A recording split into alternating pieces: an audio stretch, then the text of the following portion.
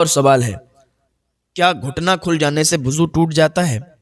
گھٹنا کھلنے سے وضو نہیں ٹوٹتا ہے، وہی وضو ٹوٹتا ہے خرجہ من السبیلین سے، تو گھٹنا کھل جائے تو اس سے وضو نہیں ٹوٹے گا۔ ایک اور سوال ہے، کیا کتے کو یا کسی برہنہ شخص کو دیکھ لیں تو وضو ٹوٹے گا یا نہیں ٹوٹے گا؟ نہیں ٹوٹے گا بھائی۔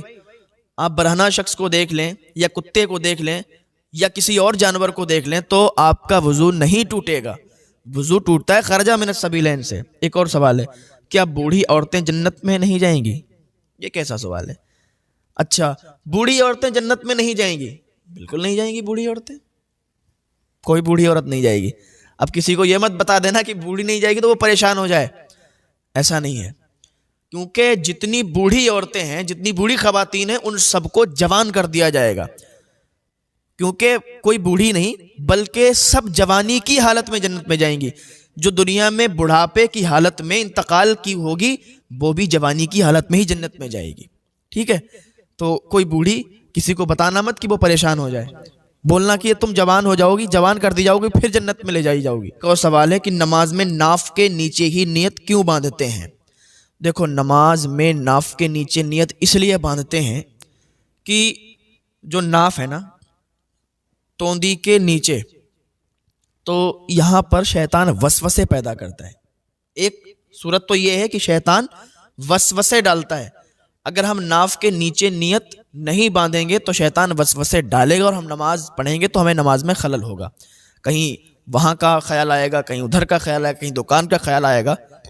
تو علماء نے بتایا ہے کہ ناف کے نیچے اس لیے نیت باندھتے ہیں اور تھوڑا تیزی کے ساتھ اندر کو داب کے نیت باندھیں تاکہ وسوسے بننا ہی بند ہو جائیں۔ ناف کے نیچے اس لیے باندھتے ہیں کہ یہاں سے وسوسے بنتے ہیں، تو یہاں سے وسوسے بنتے ہیں تو ہم یہی نیت باندھتے ہیں تاکہ وہ وسوسے بنے ہی نہ اور نماز ہم آسانی سے پڑھ سکیں۔ ایک سوال ہے، کیا ایک مرد 2 سگی بہنوں سے نکاح کر سکتا ہے یا نہیں؟ دیکھو، بالکل نہیں۔ ایک انسان 2 سگی بہنوں سے ایک وقت میں نکاح نہیں کر سکتا۔ جیسے ایک انسان نے نکاح کیا، نکاح ہو گیا، اب وہ چاہے کہ اس کی دوسری بہن سے نکاح کر لے، نہیں ہو سکتا ہے، جائز ہی نہیں ہے۔ ہاں، اگر یہ اس کی پہلی بیوی یہ ختم ہو گئی یا اس کو اس نے طلاق دے دیا، تب اس کو یہ نکاح میں لے لے، اس کی دوسری بہن کو، یعنی اپنی سالی کو۔ ایک وقت میں 2 بہنیں ایک مرد کے نکاح میں جائز نہیں ہے اور یہ ایسا نہیں ہو سکتا ہے، ٹھیک ہے؟ دوسرا مسئلہ یہ ہے، کیا تیجے میں چنے ہی ہونا چاہیے یا کچھ اور بھی ہو سکتا ہے؟ دیکھو، ایسا کوئی ضروری نہیں ہے کہ چنے ہی ہونا چاہیے۔ چنے اس لیے رکھے جاتے ہیں ثواب کی نیت سے کہ کلمہ شریف جتنے زیادہ چنے ہوں گے تو کلمہ شریف پڑھ لیا جائے گا۔ دیکھو، کوئی ضروری نہیں کہ چنے ہوں، اس کی جگہ پر جو بجری آتی ہے، وہ پتھر آتا ہے نا، پتھر بھی ہو، تسبیح کے دانے بھی ہوں، کوئی ایسا نہیں ہے، لیکن چنے اس لیے رکھے جاتے ہیں کہ انسان جو ہے اس میں تھوڑا دلچسپی لیتا ہے اور بعد میں وہ تقسیم بھی ہو جاتا ہے اور انسان کھا بھی لیتا ہے، تو یہ تھوڑا صحیح رہتا ہے۔